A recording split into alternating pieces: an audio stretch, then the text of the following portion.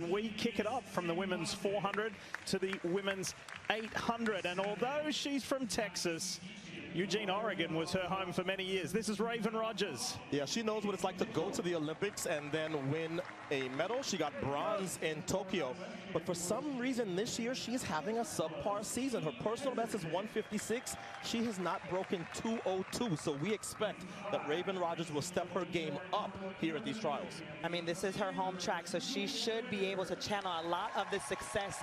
I mean, her face is on the tower here. This is home. So we'll see if she's able to tap into that. And just on her outside is the 20-year-old from Maryland, Juliette Whitaker. So she should be feeling good. Her sister competed in the 400 just earlier and made it. She was second, right behind Aaliyah Butler in Heat 2. So, you know, whenever you see someone, whether it's a teammate or a family member, go out and do that, it gives you the confidence. She's the NCAA champion in this discipline, indoor and outdoor, having a phenomenal season. She's been to the Olympic trials before. She was eliminated in the semifinals, but this is a good year for her to show up and show out for Team USA. So the semifinals for the women's 800 is on Sunday evening, and to get there, you've got to be in the top 6 in your heat, and then the next 3 fastest times will advance. Lauren Talbot is in 1, Kayla Edwards in 2, Shine Becker in 3, here's Raven in 4, and then Juliette Whitaker, Henderson, Mitchell, Watson, and then Tobias. First heat of the women's 800 is away. Whitaker has been so impressive collegiately, and one of the reasons why I think she has a really good chance at being in the top 3 come finals time, if she makes it that far, is that she has the ability to summon a kick. She has come off the turn in trouble late in collegiate finals and found a way to get to the front. That's why she's indoor and outdoor NCAA champion. So we'll see how she navigates this first heat. And Watson there going to the front. So far they look very comfortable. No one really wanting to go extremely fast through the first 228-2 on that first split there. They're all very tightly bunched, which is also an indicator of the pace not being extremely fast. Raven Rogers there tucked in about 4th on the inside rail. 24-year-old Sammy Watson leads the field at the moment. She had a really good indoor season and would really like to make this team. Addo, you spoke earlier about the season thus far of Raven Rogers. We've seen her surprise us before. She's very gritty. Do you expect a comeback of sorts here? We have covered Raven Rogers for a number of years, and we have seen her rise to the occasion when the meet is big. Well, there are few meets bigger than the Olympic trials, so I have my eyes firmly fixed on Raven Rogers, but also watching Whitaker just behind her. Valerie Tobias has moved up into 2nd as well. And now Sammy Watson surges back on the rail on the inside. She's not going to allow herself to be pushed back. Kayla Edwards leads the way.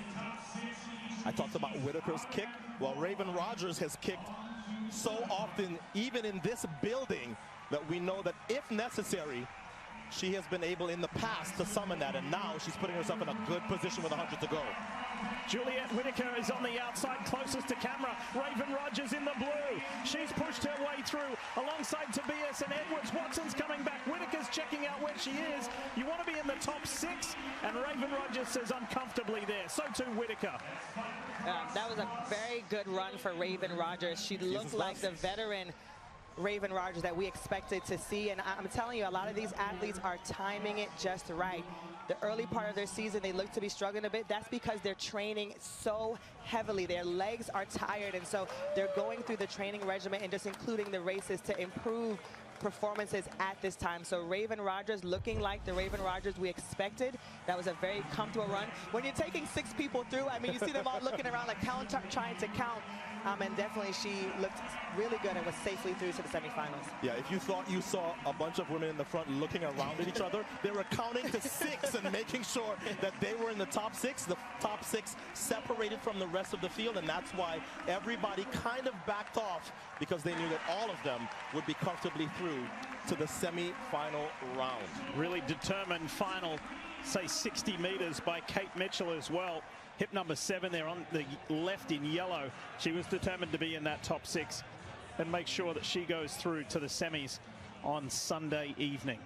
So remember, Lee, the United States took home 2 of the 3 medals in Tokyo. This is a very strong event for Team USA. So the 2024 NCAA champion at this distance, Juliette Whitaker, leads them home. And Juliet standing by with Lewis. All right, and we're chatting about this being her second experience at the Olympic trials. What did you learn in the first that's helping you here today? Yeah, I mean, I think I learned from the first time that I wanted to come here with kind of bigger goals. Last time I was here 3 years ago, like, I was very just like happy to be here, so I was pretty like content, and I was just like, let's see what we can do. But this time I'm kind of coming here and I'm like happy to be here, but also really excited to try and do something while I'm here. So yeah, I'll try and use that experience to help me. In that first lap, we saw really a lot of boxed up people. It was really bunched up. How much do you count on that kick at the end that we've seen you do in the NCAA running? Yeah, I definitely have to, count on it quite a lot. Obviously, a lot of these ladies are really talented, so most of the field's going to be there, with 600, 700 to go. So it's really about that kick at the end that I've really tried to use and kind of harness on this year. All right, good luck the rest of the way. Thank you. Lee? Lee, that's such an important point. 3 years ago, she's just happy to be here. Now she knows she has a very good chance to make Team USA. So you're a world champion, you're an Olympic champion, but this right now is your first run of the season. That's the case for... It was just quite the reception for this 22-year-old from Trenton, New Jersey, Athing Mu.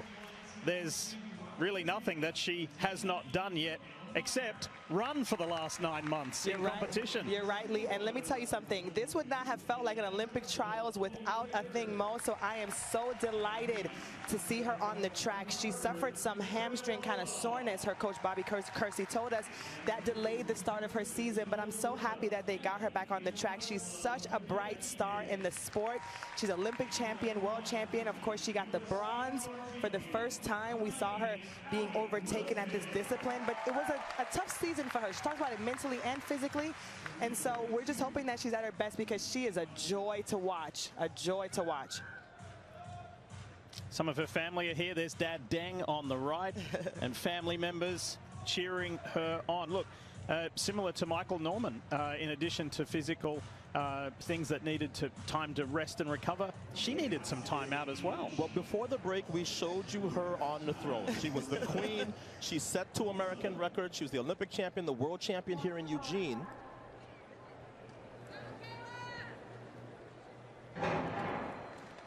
And yet she talked about how awful 2023 was for her. Yeah. So as we've seen with multiple athletes, as Lee said, you take some time off and you remember how much you love the sport and your event.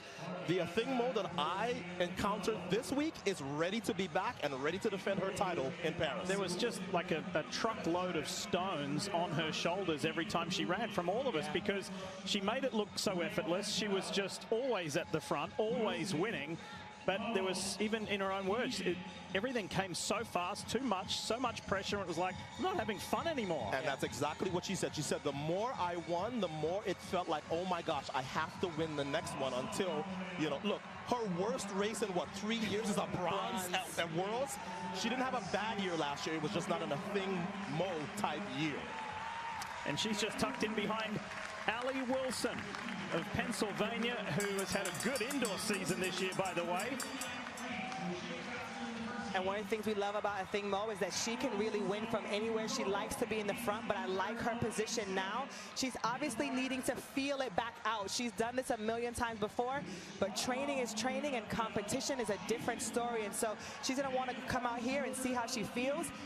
She's not looking quite like the Athing Mu yet, where she has those wheels turning big, but she seems to have it under control, Otto. There's no way that she could be because she's so underraced. The last time she ran was on this track at Prefontaine last year, which doubled as the Diamond League final. She set the American record, but nothing since then. But she's in a good position here. Do you see that contact there between Schlachtenhafen and Michaela Meyer? They were scrambling. Meanwhile, McKenna Keegan is tucked in behind Allie Wilson and Athing Mu. Here we go. You want to be in the top 6 to get that automatic transfer to the semifinals. Athing Mu, Allie Wilson, but there's some charges up on the outside. Keegan's going to follow them home. Allie Wilson will take the win over Keegan and Athing Mu. That first race back has happened. I don't think she ever had to go to her kicks on, and that's a good thing. Why? Yeah. Because if you're dealing with a limb that is still sore, and in this case it's her hamstring, you don't want to stress it at all